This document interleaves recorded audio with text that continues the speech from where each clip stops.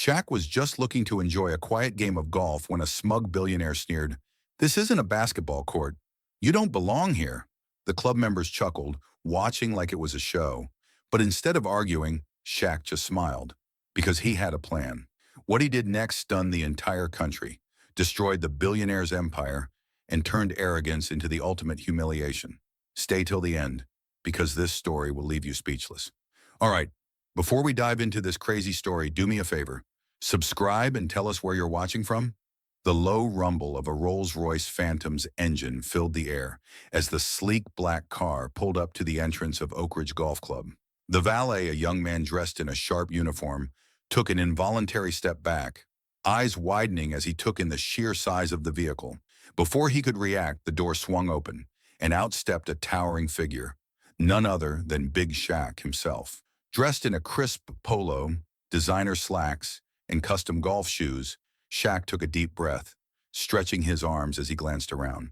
The afternoon sun bathed the club in a golden glow, the manicured greens pristine, the scent of freshly cut grass filling the air. But as he moved forward, an unsettling shift in energy became apparent. Conversations hushed, eyes turned. Wealthy patrons sitting on the clubhouse patio lowered their cocktails, their expressions laced with disapproval. "Sir, you can't be here," the valet stammered, stepping in front of Shaq before he could take another step. Shaq tilted his head, amused but not surprised. "And why's that?" The valet swallowed hard, glancing nervously over his shoulder as if seeking backup. Before he could answer, a slow, deliberate clap echoed from the patio. A tall, silver-haired man in a tailored navy blazer stood from his seat, an arrogant smirk curling his lips. Malcolm Whitmore III, billionaire, old money, and the longtime owner of Oak Ridge Golf Club. He sauntered toward Shaq with the air of a man who had never once been told no. "Well, well," Whitmore drawled, stopping just a few feet away. "Didn't expect to see you here, big guy." Shaq crossed his arms, his expression unreadable. "Yeah? And why's that?" Whitmore chuckled, a condescending shake of his head. "Oh, don't take it personally. It's just, this isn't some basketball court." His eyes flicked down to Shaq's expensive golf shoes. "You sure you know how to use those?" A few men at the patio chuckled, though some shifted uncomfortably, sensing where this was headed. Shaq didn't blink. "So, what? You trying to say I ain't a gentleman?" Whitmore's smirk deepened. "Not by our standards." He took a slow sip of his drink, then let the words drop like a gavel. "Now get off my property." For a moment, the world seemed to slow. The valet exhaled, relieved that he wasn't the one responsible for telling Shaq to leave. Some members of the club looked down at their drinks, avoiding eye contact, while others watched intently, eager to see how the towering athlete would react. Shaq's jaw tightened just slightly. He glanced around the club, taking in the perfectly polished image these people worked so hard to maintain. Then ever so slowly, a grin tugged at the corner of his lips. He wasn't going anywhere. Whitmore's smirk hadn't faded yet, but it would, very soon. Shaq folded his arms across his broad chest, his deep-set eyes locking onto Whitmore. His voice was steady, unshaken. "You sure about this?" Whitmore let out a chuckle, swirling the amber liquid in his crystal glass. "Oh, I'm more than sure." He turned slightly, raising his voice just enough for the other club members on the patio to hear. "See? We get all kinds of folks thinking they belong here. It's always entertaining." A few older men chuckled along with him, though some only offered nervous glances, shifting in their seats. They knew Whitmore's game, but none dared to challenge him outright. Whitmore leaned in slightly, his voice taking on an exaggerated mocking tone. "I mean, we get it. Athletes make money these days. But see, there's a difference between playing rich and being rich. In this club, it's not for those just playing." Shaq remained still, his expression unreadable. His eyes flickered toward the golf course in the distance, the perfectly kept greens stretching beneath the golden afternoon sun. He took a slow breath, then exhaled, shaking his head slightly. "I like this place," he said casually. "Maybe I'll stay a while." Whitmore's smirk tightened. "Not happening." He snapped his fingers. "Security!" Two large security guards, built like linebackers but still smaller than Shaq, immediately stepped forward. Their crisp suits did little to hide the muscle beneath, and while their faces remained neutral, there was hesitation in their movements. Shaq didn't flinch. He simply turned his head, scanning the men as if he were sizing them up for a game of one-on-one. The guards hesitated, exchanging quick glances. They had escorted out rowdy guests before, drunken businessmen, loud celebrities, even the occasional disgraced politician. But this was different. Whitmore, sensing their hesitation, stepped closer to Shaq, lowering his voice but keeping his condescension razor-sharp. "I don't care how big you are or how much money you have, O'Neill. This is my club, my rules. And right now, my rule is that you leave." The air grew heavier. The other patrons sipped their drinks, pretending not to watch while stealing quick glances, eager to see what would happen next. Shaq let the silence stretch. Then slowly he raised an eyebrow, a smirk playing at the edges of his lips. "Your club, huh?" His voice was low, almost amused. Whitmore straightened his shoulders, mistaking Shaq's tone for compliance. "That's right. And around here, my word is law." Shaq's smirk widened just slightly. The security guards took another step forward, but something in Shaq's expression made them pause. He wasn't walking away, not even close. Shaq didn't move an inch. His towering frame remained planted in place, arms crossed as the two security guards hovered uncertainly. He had seen this type of situation before. Men like Whitmore thought they were untouchable, ruling their little kingdoms with an iron grip. But Shaq? He wasn't the type to be dismissed. Without breaking eye contact, he casually reached into his pocket and pulled out his phone. The motion was so calm, so deliberate, that it caught everyone off guard. Whitmore scoffed, his smirk widening as he watched. "Calling for backup, big guy?" He chuckled. "You gonna have your celebrity friends come save you?" Shaq ignored him, pressing a number on speed dial. When the line picked up, his voice was cool, measured. "Hey, how much is this place worth?" The entire patio went silent. A few of the club members who had been sipping cocktails and half watching the scene suddenly leaned forward. The security guards, who had been ready to step in, hesitated. Even the valet, standing near the edge of the parking lot, widened his eyes in disbelief. Whitmore, however, let out a loud laugh. "You can't be serious," he said, shaking his head. "This is Oak Ridge. It's been in my family for generations. You really think you can waltz in here and—" Shaq held up a single finger, signaling for silence. Whitmore's face twisted with irritation, but for once he obeyed. On the other end of the line, Shaq's business manager responded quickly. Though the crowd couldn't hear the details, Shaq nodded slowly as the voice continued. "Uh-huh. Yeah, that much? Interesting." Whitmore's smirk faltered slightly. "You can't afford it, big guy," he snapped, his voice a touch sharper than before. Shaq finally turned his full attention back to him, his deep brown eyes gleaming with something unreadable. He let out a low chuckle, slipping his phone back into his pocket. "You'd be surprised," he murmured. Whitmore's mouth opened as if to respond, but nothing came out. He scanned Shaq's face, looking for any sign of a joke, but there was none. The confidence, the ease, the sheer lack of concern, it was real. And for the first time, Whitmore realized Shaq wasn't bluffing. The billionaire's smirk faded as a bead of sweat rolled down his temple. He had been the one in control, until now. Whitmore's smirk twitched, the mask of confidence slipping for the first time. His arms, which had been crossed so smugly, loosened just a bit. "What are you doing?" His voice carried an edge now. Less amused, more uneasy. Shaq kept his phone pressed to his ear, his face unreadable. The quiet murmur of his business manager's voice drifted through the receiver. The crowd around them had grown tense, with whispers rippling among the members on the patio. Even the security guards, who had been poised to escort Shaq out, now stood still, waiting. "Uh-huh," Shaq murmured into the phone. "So that's how it is?" More murmuring from the other end. Shaq nodded slightly, his lips curling into a knowing smile. Then he finally spoke, to the crowd, not just Whitmore. "Y'all hear this?" He gestured toward his phone. "This fancy golf club? Turns out Whitmore doesn't even own it." A gasp rippled through the members. Some turned to each other in shock, while others, those who had clearly never liked Whitmore, chuckled under their breath. Whitmore's face turned an alarming shade of red.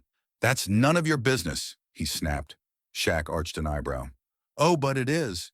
See, you tried to throw me out like I was trespassing on your property, but turns out you're just a tenant." He let the word hang in the air, and a few members smirked. Whitmore stepped forward, pointing a shaking finger at Shaq. "This is absurd. I've been running this club for over a decade." "On leased land," Shaq interrupted smoothly. which means the real owner can do whatever they want with it. Whitmore clenched his jaw, his confidence crumbling under the weight of the truth. The club members were already murmuring louder, their eyes darting between the two men. Some were intrigued. Others, clearly enjoying watching their so-called leader squirm. Shaq turned back to his phone. "Cool," he said casually. "Then let's buy the land it's on." The moment the words left his mouth, the entire golf course fell into stunned silence. Even the wind seemed to pause as Whitmore's breath hitched, his hands curled into fists at his sides. Because in that moment, he knew Shaq wasn't just a problem anymore. He was a threat. Whitmore's smug grin had vanished, replaced by a thin, twitching line of uncertainty. The confidence he had wielded like a weapon moments ago now seemed flimsy, cracking under the weight of Shaq's revelation. "This is ridiculous," Whitmore scoffed, but his voice lacked its earlier arrogance. His fingers tapped restlessly against his wrist, as if searching for control he no longer had.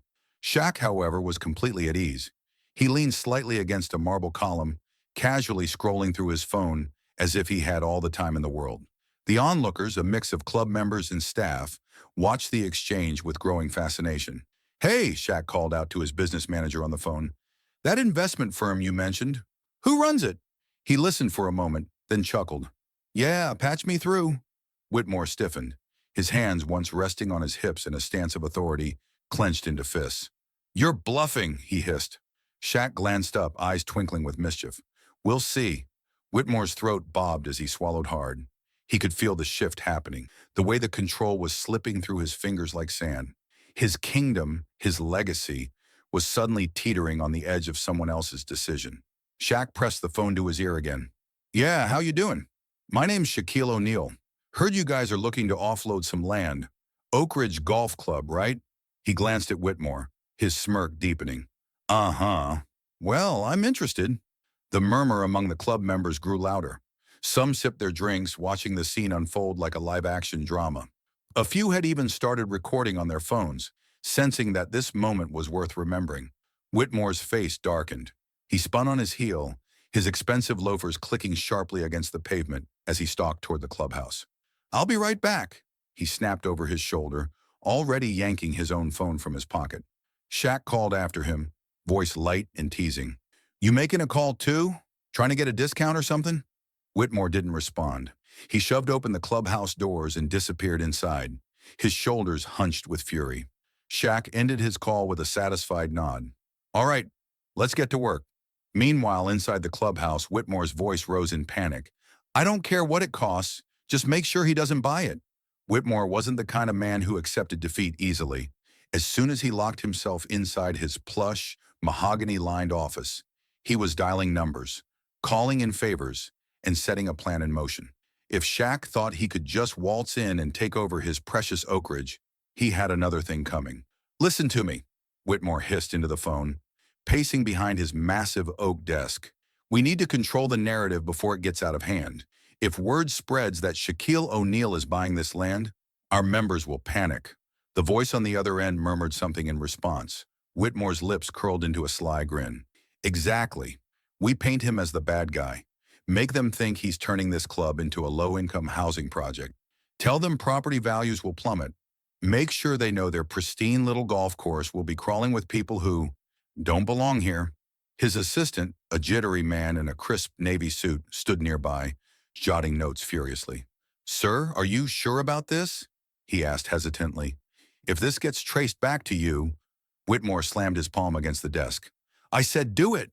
Within the hour, the plan was in motion. Calls were made, whispers spread, and within minutes, a chain reaction ignited across Oak Ridge Golf Club.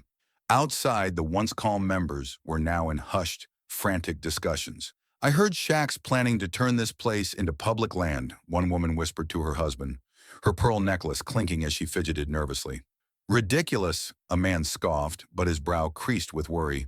"Then again, if low-income housing does pop up nearby, it will affect property values."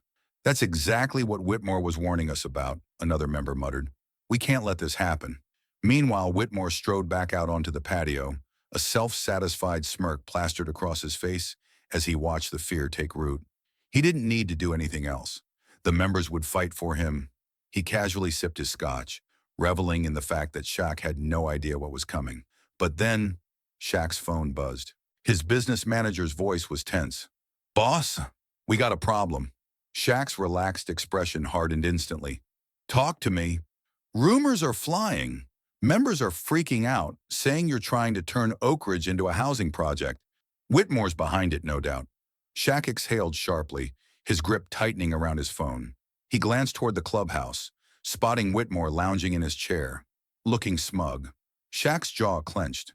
"All right, if he wants to play dirty, let's see how he likes it when I play back." Shaq didn't flinch. He sat back, stretching his massive frame as he glanced around at the nervous club members, whispering among themselves. Whitmore thought he had won, but he had just made a fatal miscalculation. "All right," Shaq said, his deep voice carrying across the patio. "Let's play dirty." He pulled out his phone and, in front of the entire club, tapped the screen and went live on Instagram. "Yo, what's up, y'all? Big Shaq here," he said, flashing a grin at the camera. "So I pulled up to Oak Ridge Golf Club today, thought I'd get a few swings in, but apparently I don't fit the standards here." He made air quotes with his fingers. "And now some folks are spreading lies, saying I'm trying to turn this place into a housing project." The murmuring crowd fell silent. Even the most clueless members of the club now realized that Whitmore's little scheme had just gone public. "Nah," Shaq continued, shaking his head. "Y'all got it twisted. I don't want to tear this place down. I want to make it better." He turned the camera toward the pristine green golf course behind him. "Oak Ridge is exclusive, right? Only for a certain type of person. But what if I told you I'm about to make it even more exclusive?" Now the murmurs turned into gasps. Several members straightened up, suddenly intrigued. "You see, rich folks love exclusivity," Shaq continued, pacing slowly. "And I got the means to make Oak Ridge the most elite golf course in the country. VIP only, luxury everything, private chefs, celebrity events, members-only tournaments. We're talking next-level status." A couple of members in the back nodded approvingly. The idea of an even more prestigious, high-end Oak Ridge was appealing. Whitmore's face twisted in disbelief. "This is ridiculous," he scoffed. Shaq ignored him. "But here's the thing," he said, turning back to the camera. "Only real bosses can stay. We're upgrading. And some folks? They might not make the cut." A ripple of uncertainty passed through the crowd. Eyes flicked toward Whitmore, who was now visibly sweating. Then Shaq delivered the knockout punch. "I'm putting in a call right now to the investment firm that owns this land. We're about to make some moves." Whitmore's smirk finally vanished. At that exact moment, Shaq's phone buzzed. He glanced at the screen and grinned. "Speak of the devil," he muttered. He picked up. "Let's talk numbers." The moment the words left the broker's mouth, the entire atmosphere of Oak Ridge shifted. "Congratulations, Mr. O'Neill," the investment firm's representative said, his voice crisp over the phone. "The land is yours." Silence hung in the air for a second. Then, as if on cue, the collective gasp of the club members rippled across the pristine green lawn. A few dropped their drinks. Others exchanged stunned glances. Whitmore's face turned ghostly pale. His fingers clenched around the armrest of his chair as he sputtered. What?" Shaq pressed the phone against his shoulder and turned to face him. "You heard the man," he said, his voice smooth yet commanding. "I just bought the land this club sits on, which means—" He let the sentence hang, letting Whitmore squirm before delivering the final blow. "I own this club now." The color drained from Whitmore's face. His mouth opened and closed like a fish out of water, struggling to find words. That's impossible," he stammered. You can't just—" "Yeah, I can," Shaq interrupted, casually sliding his phone into his pocket. "And I did." The patio was dead silent except for the faint sound of ice clinking in someone's cocktail glass. Even the servers, who had been stiffly making their rounds, had stopped mid-step to watch the spectacle unfold. Whitmore bolted from his chair and stormed toward the investment broker, standing at the edge of the patio, clutching a thick folder. "There's no way this deal is legit," Whitmore barked. "I still have rights. I have influence." The broker merely adjusted his glasses and held up the signed contract. "Legally, you have no power here, Mr. Whitmore. As of this moment, Oak Ridge Golf Club is the property of Shaquille O'Neal." A low murmur spread through the crowd. Some members whispered in disbelief. Others, particularly those who had endured Whitmore's arrogance for years, struggled to suppress smirks. "You backstabbers," Whitmore seethed, turning toward the members who were now whispering among themselves. clearly recalculating their loyalties. Shaq exhaled, shaking his head. Man, this ain't a game of Monopoly. You made the wrong move, and now it's checkmate. Whitmore's hands curled into fists. He looked like a man who had built his entire kingdom only to watch it crumble in an instant. His chest heaved as if he wanted to scream, but he was trapped, outplayed, and humiliated in front of the very people he once controlled. Shaq took a slow step forward, towering over him. Time for some new rules around here, he said, a smirk playing at the corner of his lips. Whitmore's lips quivered before he finally snapped. You won't get away with this, he hissed, his voice shaking. But Shaq just chuckled, his eyes glinting. Oh, I already did. Shaq stepped through the grand entrance of Oak Ridge Golf Club, but this time, there was no valet stuttering excuses, no security blocking his way, and no sneering Whitmore standing in his path. The air inside was thick with tension. Members sat stiffly at their tables, some pretending to sip their expensive drinks, others avoiding eye contact. They had all witnessed the power shift moments ago, and now the man they had once dismissed as an outsider stood at the center of their elite world. Only this time, he was the one in charge. Shaq let the silence drag out just long enough to make them sweat before he finally spoke. All right, listen up. His deep voice cut through the hushed murmurs like a knife. New owner, new policies. Whitmore, who had been lingering near the bar, let out a sharp, humorless laugh. You think you can just waltz in here and change everything overnight? His voice wavered slightly, his bravado cracking. Shaq turned to face him, his expression unreadable. Not think, Whitmore, I know. A few of the members shifted uncomfortably in their seats, sensing what was coming. Let's start with the first order of business, Shaq continued, his eyes locked onto Whitmore. You? Whitmore blinked. What about me? Shaq smiled, but there was no warmth behind it. You're banned from Oak Ridge Golf Club, effective immediately.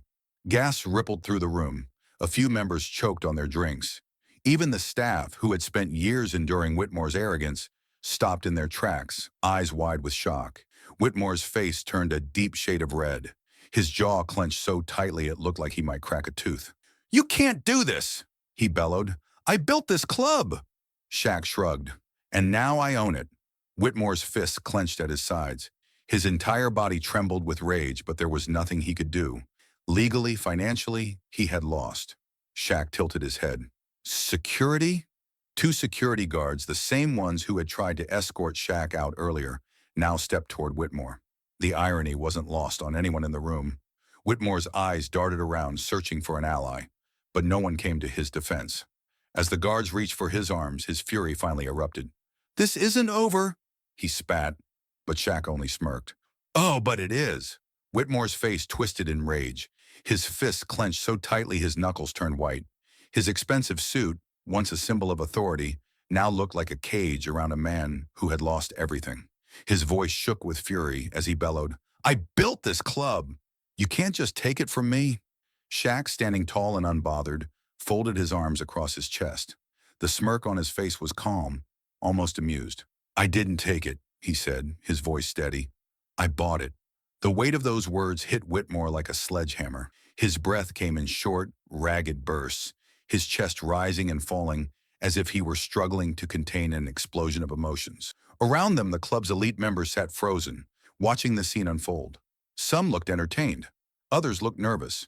A few seemed genuinely relieved to see Whitmore finally get what was coming to him. Security flanked Whitmore, their hands hovering near his arms, waiting for the inevitable. Sir, you need to leave, one of them said firmly. Whitmore's eyes darted around the room, looking for an ally, someone, anyone to stand with him. But no one spoke up. The same men and women who had once laughed at his jokes, toasted his wealth, and followed his lead now avoided his gaze, pretending to be invested in their drinks or murmuring quietly amongst themselves. His hands trembled. This isn't over, he hissed through gritted teeth. You hear me, O'Neill? You're going to regret this. Shaq let out a deep chuckle, shaking his head. Nah, he said, his voice thick with finality. The only one regretting anything right now is you. Security grabbed Whitmore by the arms, and this time, he didn't resist. His shoulders sagged as they dragged him toward the exit, his polished shoes scraping against the marble floor. With every step he took, his power, his reputation, and everything he had built crumbled around him. The doors swung open, And in one final moment of humiliation, Whitmore was tossed out like an unwanted guest. The club, once his kingdom, had cast him out for good. Before the doors could fully close, a flurry of movement erupted near the entrance. Reporters who had been tipped off about the dramatic power shift swarmed forward. One of them shoved a microphone toward Shaq, cameras flashing like a lightning storm. "Why did you do this?" she asked breathlessly. The world was waiting for his answer. Shaq stood tall, the afternoon sun casting a long shadow behind him as cameras flashed in his face. Reporters jostled for position, microphones thrust forward, voices overlapping in a chaotic symphony of questions. But the one that cut through the noise made him pause. "Mr. O'Neill, why did you do this?" a young journalist asked, her voice steady yet tinged with awe. Shaq grinned, adjusting the sleeves of his custom-tailored golf jacket. "Because real power isn't about money," he said, his deep voice carrying effortlessly over the crowd. "It's about respect." Gasps rippled through the press, followed by a stunned silence. Then, as if on cue, the questions erupted again, louder, more desperate. But Shaq didn't wait for another. He simply turned and walked toward the clubhouse. His clubhouse now. The video clip spread like wildfire. Within hours, it dominated social media. Shaq humiliates racist billionaire in power move. Basketball legend buys golf club just to teach a lesson. Shaq O'Neal proves he's the ultimate boss. News outlets, celebrities, and even rival athletes chimed in. Some praised his audacity. Others marveled at his ability to turn an ugly moment into something iconic. Even those who had never picked up a golf club suddenly felt invested in the drama. Meanwhile, Malcolm Whitmore III had vanished. His name trended, but for all the wrong reasons. The once revered billionaire, who had built his empire on exclusivity and privilege, was now the face of outdated elitism. Sponsors distanced themselves. Former business partners avoided his calls. And Oak Ridge? Under its new ownership, the club was already evolving. Shaq wasted no time implementing changes. He opened memberships to people from all walks of life, lowering unnecessary barriers while maintaining the club's prestige. The first weekend under his leadership, families filled the clubhouse. Young golfers practiced on the greens, and the once stiff atmosphere now buzzed with life. For the first time, Oak Ridge felt alive. As Shaq watched from the clubhouse balcony, a satisfied smile played on his lips. He hadn't just won a petty feud, he had changed the game entirely. Meanwhile, Whitmore sat in his empty estate, phone silent, reputation in ruins. His empire had crumbled, and there was no coming back. The grand reopening of Oak Ridge Golf Club was nothing short of spectacular. The once exclusive course, known for its cold stares and whispered judgments, now buzzed with life. Families strolled across the pristine green. Young golfers tested their swings, and for the first time in decades, Oak Ridge felt like more than just a status symbol. It felt like a place where everyone belonged. Shaq stood at the clubhouse entrance, watching as the changes took root. The old-world elitism had been stripped away. Gone were the unnecessary barriers that kept outsiders from stepping onto the course. In their place, a community that reflected the world outside its gates, diverse, vibrant, and full of energy. As he strolled toward the first hole, a small boy, no older than 10, clutched a golf club that was almost too big for him. His father knelt beside him, guiding his stance. They weren't wearing designer polos or expensive golf shoes, but no one cared. Here, skill and passion mattered more than wealth. Shaq smiled. "You got this, little man," he called out. The boy grinned, nodded, and took his shot. The ball soared across the grass, landing neatly on the green. Cheers erupted from those nearby, and Shaq clapped along with them.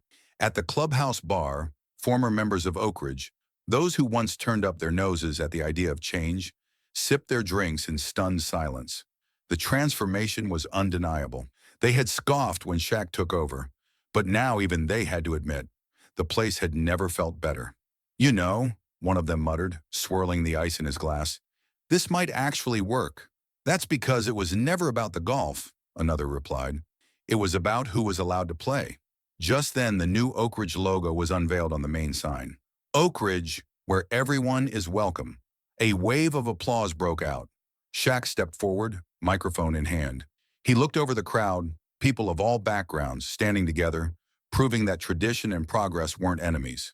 "When I first got here," Shaq said, his voice deep and steady, "someone told me I didn't belong." He smirked. Guess they were wrong. Laughter rippled through the crowd. This club was built on exclusion, but today we're building something better. A place where hard work and respect matter more than old money. A place where kids can dream, and anyone willing to play the game is welcome on the course. The cheers grew louder, some even chanting his name. Shaq raised a hand, grinning. Now enough talking. Let's play some golf. Cameras flashed, social media exploded, and the internet crowned Shaq the ultimate boss. A man who didn't just win a petty feud, but changed the rules of the game entirely. Meanwhile, Malcolm Whitmore sat alone in his estate, scrolling through the headlines that now defined his downfall. His empire was gone, and this time, there was no coming back.